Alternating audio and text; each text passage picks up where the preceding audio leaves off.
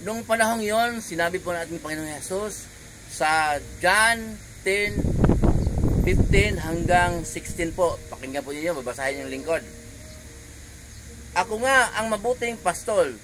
Kung paano kilala ako ng Ama at siya'y kilala ko, gayon din naman kilala ko ang aking mga tupa at ako na may kilala nila. At inaalay ko ang aking buhay para sa aking mga tupa.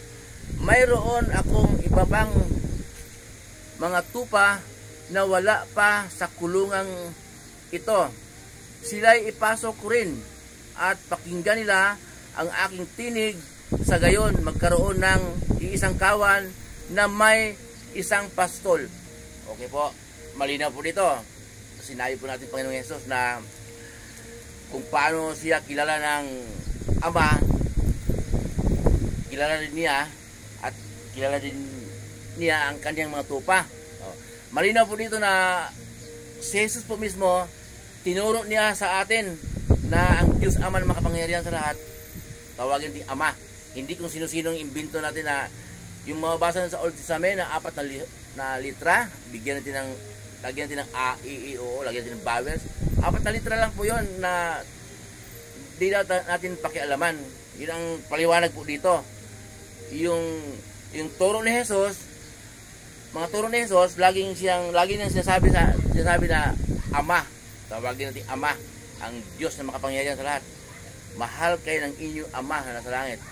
Ganito kayo kung manalangin, Ama naming nasa langit. Kaya puro Ama ang tinuturo po niya. Kaya malinaw po yun. Ama ang itawag natin sa Diyos na makapangyarihan sa lahat.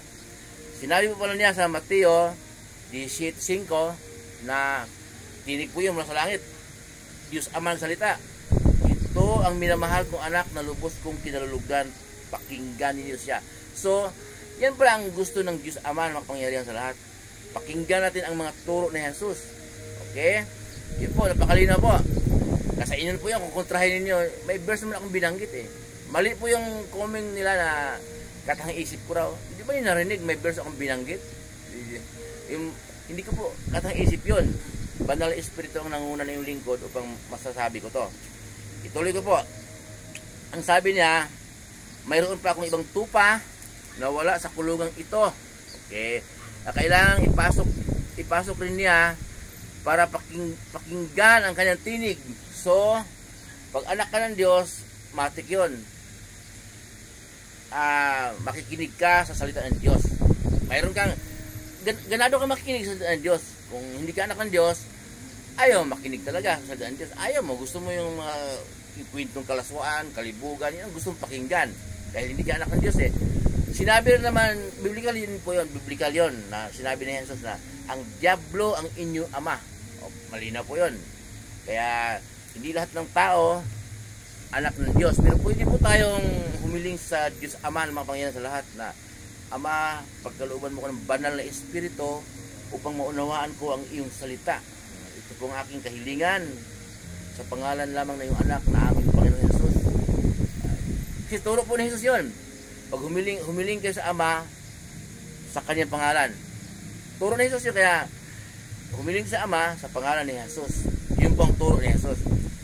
Sabi po dito, para daw magkaroon ng isang kawan at may isang pastol.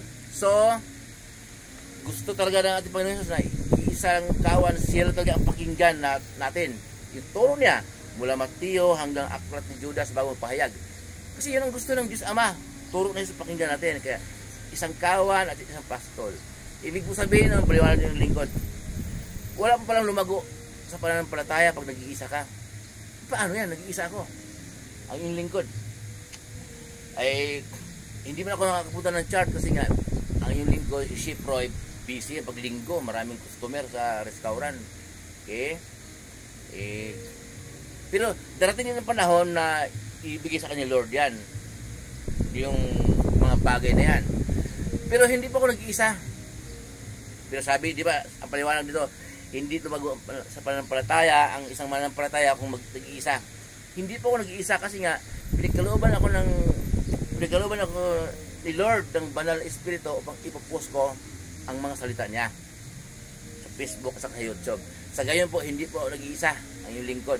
mga kamag-anak ko, pinsan ko na sa Cebu, mga kaibigan ko na pinagkalooban ng Diyos ng Banal Espiritu upang tapusin niya ang mga video ko ito dahil salita naman ng Diyos ang pinupost ko, hindi kung ano-ano. So, yung pong pagpupost ko, maraming nag-comment na katang isip ko raw.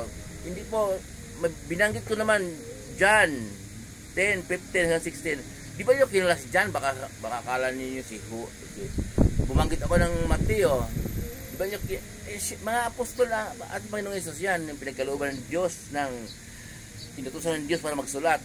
Marcos. Hindi Marcos na yung presidente. Binabanggit ko yung mga verse naman, hindi po kasang isip. Tapos pinapaliwanag yung lingkod. Ngayon po, basahin po ninyo yung mga verse na binabanggit ko.